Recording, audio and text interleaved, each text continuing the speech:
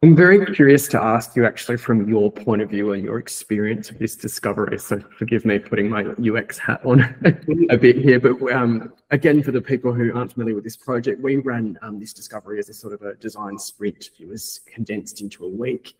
That's one way we deliver them. Sometimes we do more longer sort of spread out engagements depending on what clients need.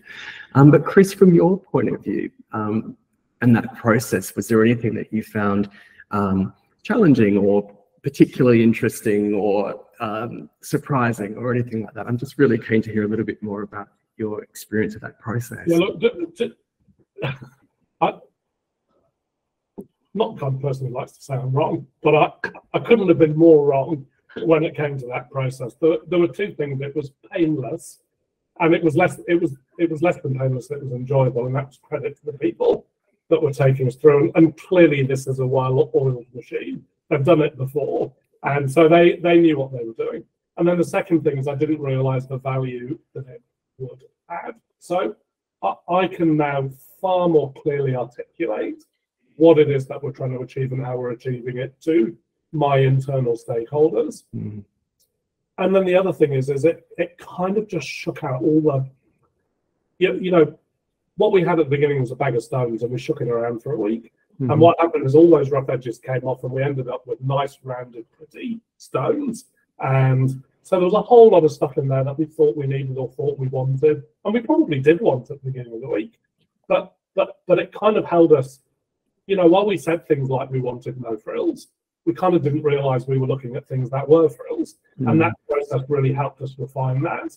And inject a real dose of reality, and it was the you know, probing questioning, but leading us through it in such a way that it didn't feel like you were, because I don't know, we'll put words in people's mouth. There might have been some of the Squiz people at the start of the week thinking these guys are nuts, but they didn't say that.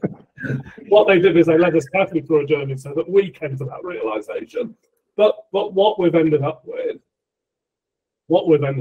is something that that is right, that is fit for purpose, that does what we said we wanted it to do. Mm. It's going to be big enough to justify the initial investment. It's going to position us to do all the other things that we need to do further down the line. That's something we're very conscious of. We're doing things in a staged way. Is if we get something wrong in a key component now, what, you know, we don't want to realize in the year that we've made the stuff up, but at the same time we don't want to overpay for a part of development that we're never going to get to. So all of that, and you know, as well as the kind of product discovery, we had the technical discovery too, and that was, I mean, we'll probably come on to that, but that was just as valuable in terms of refining that. And then at the end of it, you know, there's that word partnership.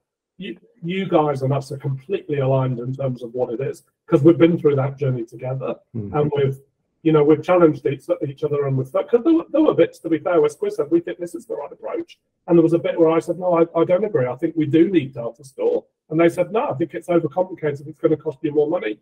But then when we went through some of the feature stuff, it was kind of no, you're right. We do need data storing in it. So it was absolutely a collaborative process. But we are now, I think, both perfectly poised for the next bit of the journey, which is delivering.